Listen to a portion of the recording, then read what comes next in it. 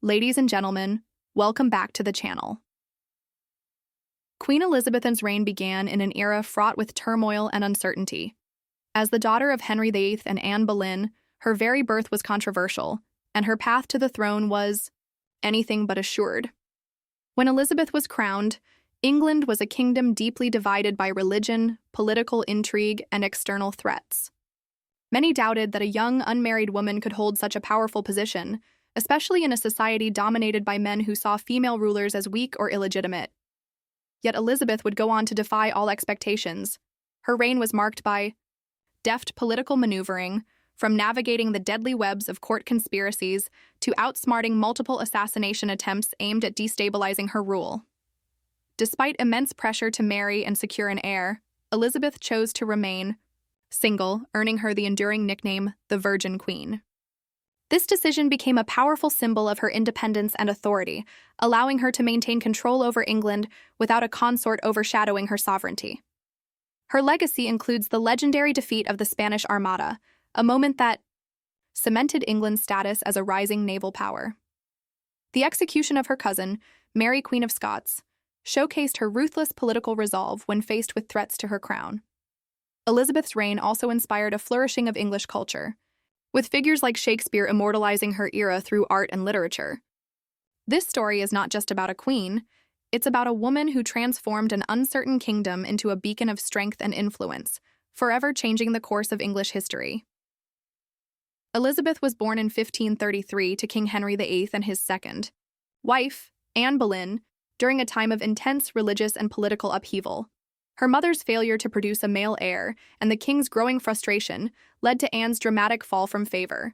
In 1536, Anne was arrested and executed on charges of treason and adultery, events that cast a long shadow over Elizabeth's early life. Following her mother's execution, Elizabeth was declared illegitimate and removed from the line of succession, significantly diminishing her status at court. Despite these setbacks, Elizabeth's education became a cornerstone of her survival and future success. She was tutored by some of the era's most distinguished scholars, mastering several languages including Latin, Greek, French, and Italian. Her studies extended beyond languages to philosophy, history, theology, and politics, equipping her with the intellect and poise needed to navigate the treacherous waters of Tudor politics. The political landscape remained perilous during the reigns of her half-brother Edward VI, and later her half-sister Mary the Royal. Under Edward's rule, Protestant reforms accelerated, but Elizabeth's position remained uncertain. When Mary, a devout Catholic, ascended the throne, Elizabeth's life was in grave danger. Suspected of involvement in plots to dethrone Mary, she was imprisoned in the Tower of London for nearly a year. This experience only steeled her resolve. And upon Mary's death, Elizabeth ascended the throne as a cautious yet determined monarch, ready to restore stability to England. Elizabeth's accession to the throne in 1558 marked a pivotal moment for England. Following the tumultuous reign of her half-sister Mary I, whose efforts to restore Catholicism had plunged the nation into religious strife, Elizabeth inherited a kingdom deeply fractured by decades of conflict between Protestants and Catholics. The scars of persecution and rebellion were fresh, and the country hung in a delicate balance, with factions on both sides wary of what her reign would bring. Faced with this volatile landscape, Elizabeth adopted a policy of religious moderation, known as the Elizabethan religious settlement. Rather than imposing strict doctrine, she sought a middle way designed to unify her subjects. The Church of England was re-established with the monarch as its supreme governor, combining Protestant theology with traditional Catholic practices. This careful balancing act helped ease tensions, although it did not fully satisfy either extreme. Elizabeth's approach was pragmatic. She understood that religious peace was essential to political stability and the survival of her reign. Alongside these political maneuvers, Elizabeth was a master of image building. She cultivated the persona of the Virgin Queen, deliberately presenting herself as married to her kingdom rather than a man. This symbolic marriage allowed her to maintain authority and independence in a male-dominated world, turning her unmarried status into a powerful political tool. Portraits, speeches, and public appearances emphasized her chastity and divine right to rule, forging an enduring image that inspired loyalty and reinforced her legitimacy. Through this combination of political savvy and careful self-fashioning, Elizabeth began to solidify her hold on the throne and the hearts of her people. Elizabeth's reign was fraught with constant threats, especially from Catholic factions, determined to restore the faith and depose her Protestant rule. One of the most significant blows came in 1570 when Pope Pius V issued the papal bull Regnans in Excelsis, formally excommunicating Elizabeth and releasing her Catholic subjects from allegiance to her. This declaration emboldened conspirators and foreign powers alike, casting a shadow of danger over her monarchy. Central to these threats was her cousin, Mary, Queen of Scots. Mary was not only a Catholic figurehead but also a legitimate claimant to the English throne, making her a focal point for rebellion and intrigue. After years of turmoil in Scotland, Mary fled to England in 1568, hoping for Elizabeth's protection. Instead, she was held prisoner for nearly 2 decades, her presence a constant source of tension. The danger culminated in the Babington Plot of 1586, a conspiracy to assassinate Elizabeth and place Mary on the English throne. Thanks to the exceptional espionage network led by Sir Francis Walsingham, Elizabeth's principal secretary and spy master, the plot was uncovered before it could be executed. Walsingham's agents intercepted coded messages and infiltrated Catholic circles, providing critical intelligence that thwarted the conspiracy. As a result, Mary was put on trial for treason and ultimately executed in 1587. This decisive, though controversial, act removed a major threat to Elizabeth's reign, but deepened the divide with Catholic Europe. Throughout these trials, Elizabeth's ability to navigate political intrigue and use intelligence networks ensured her survival against numerous plots, cementing her reputation as a shrewd and resilient monarch in a perilous time. Tensions between England and Spain during Elizabeth's reign were fueled by a complex mix of religious rivalry, political power struggles, and personal rebuffs. Philip II of Spain, a devout Catholic and one of the most powerful monarchs in Europe, viewed Elizabeth's Protestant rule and support for rebellious forces in the Spanish Netherlands as a direct threat. Early on, Philip proposed marriage to Elizabeth, aiming to unite their kingdoms and strengthen Catholic influence in England. Elizabeth, however, skillfully stalled and ultimately rejected the proposal, asserting her independence and keeping Spain at arm's length. The escalating tensions culminated in 1588 with the launch of the Spanish Armada, a massive fleet sent by Philip to invade England, overthrow Elizabeth, and restore Catholicism. Spain's strategy relied on overwhelming naval power and coordination with land forces, but the plan was fraught with challenges. The English Navy, under commanders like Sir Francis Drake, used smaller, faster ships to harass the Armada, employing innovative tactics such as fire ships to break their formation. Compounding Spain's troubles, severe storms battered the fleet as it sailed around Scotland and Ireland, devastating the Armada and forcing its retreat. The defeat of the Spanish Armada was a defining moment in Elizabeth's reign and in English history. It not only thwarted a Catholic invasion, but also marked the rise of England as a formidable naval power. The victory galvanized national pride and solidified Elizabeth's image as a strong, divinely favored monarch. Poems, plays, and portraits celebrated the event, embedding it in the cultural memory as a symbol of resilience and divine protection. This triumph boosted Elizabeth's authority at home and her standing abroad, helping to secure England's future as a global player. The reign of Elizabeth I is often celebrated as the Elizabethan Golden Age, a period marked by an extraordinary flourishing of arts, culture, and exploration that shaped England's national identity for centuries to come. Under Elizabeth's patronage, the English Renaissance blossomed, igniting a cultural revival that saw literature, music, and theater reach new heights. Central to this cultural explosion was the rise of William Shakespeare, whose timeless plays and poetry captured the complexities of human nature and the spirit of the age. His works, performed in iconic venues like the Globe Theatre, not only entertained but also reflected the social and political tensions of the time, helping to forge a shared English identity. This era was also notable for its spirit of adventure and expansion. Explorers like Sir Francis Drake and Sir Walter Raleigh ventured across the globe, challenging Spanish dominance and seeking new territories, wealth, and trade routes. Drake's circumnavigation of the globe and Raleigh's attempts to establish colonies in the New World symbolized England's growing ambition on the world stage. These exploits were fueled by Elizabeth's support, as she recognized the importance of exploration for enhancing England's power and prestige. Elizabeth's role as a patron extended beyond politics. She cultivated the arts as a means to inspire loyalty and project the grandeur of her reign. The vibrancy of the Elizabethan Golden Age was not just a backdrop, but a deliberate aspect of her rule, intertwining culture with politics and ambition.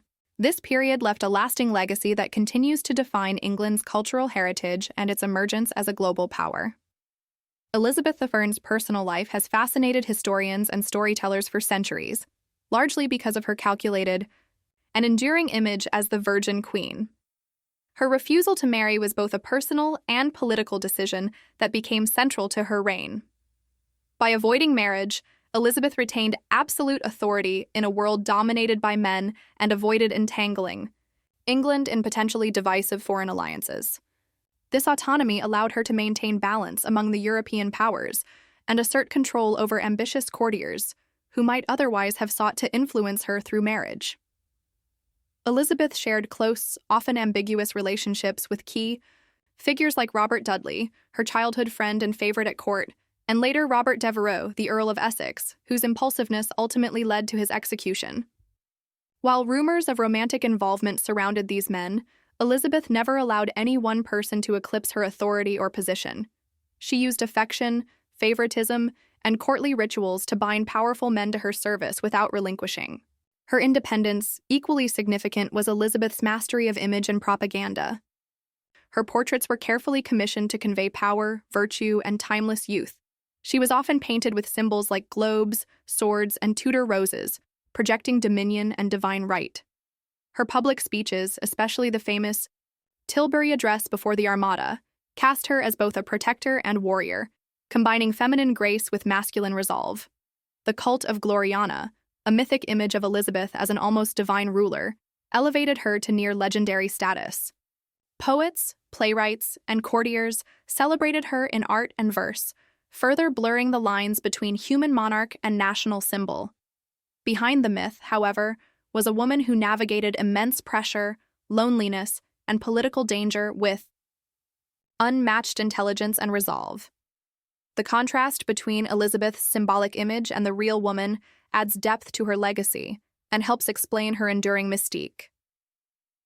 In the final years of Elizabeth I's reign, the once vibrant monarch faced the mounting toll of age, isolation, and political exhaustion.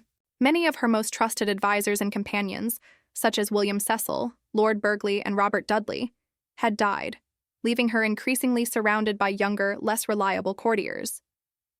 Among these was Robert Devereux, Earl of Essex, whose rash ambition culminated in the Essex Rebellion of 1601.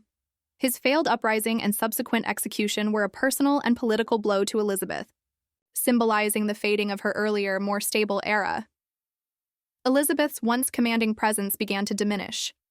She struggled with illness and melancholy, often retreating from court life. The queen who had once so masterfully controlled her image now resisted the presence of mirrors and refused to have her declining appearance recorded. Still, she remained mentally sharp and politically aware to the end. On March 24, 1603, Elizabeth I died peacefully at Richmond Palace, bringing an end to the Tudor dynasty that had ruled England for over a century. Her death marked the close of a transformative chapter in English history.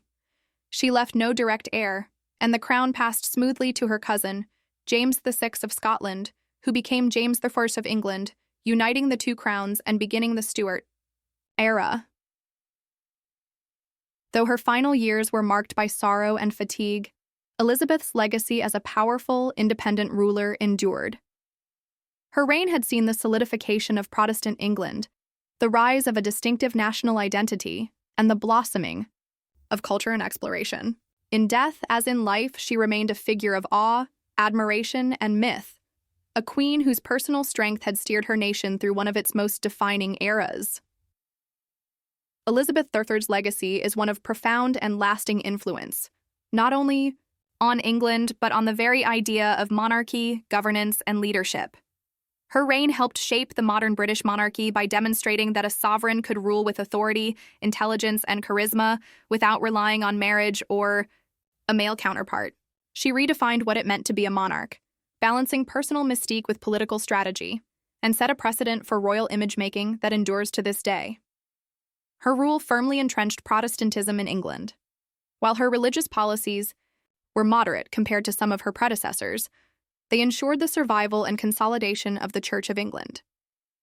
By avoiding extremes, Elizabeth stabilized a country long torn by religious conflict, and her religious settlement laid the foundation for a distinct English identity, separate from Catholic Europe.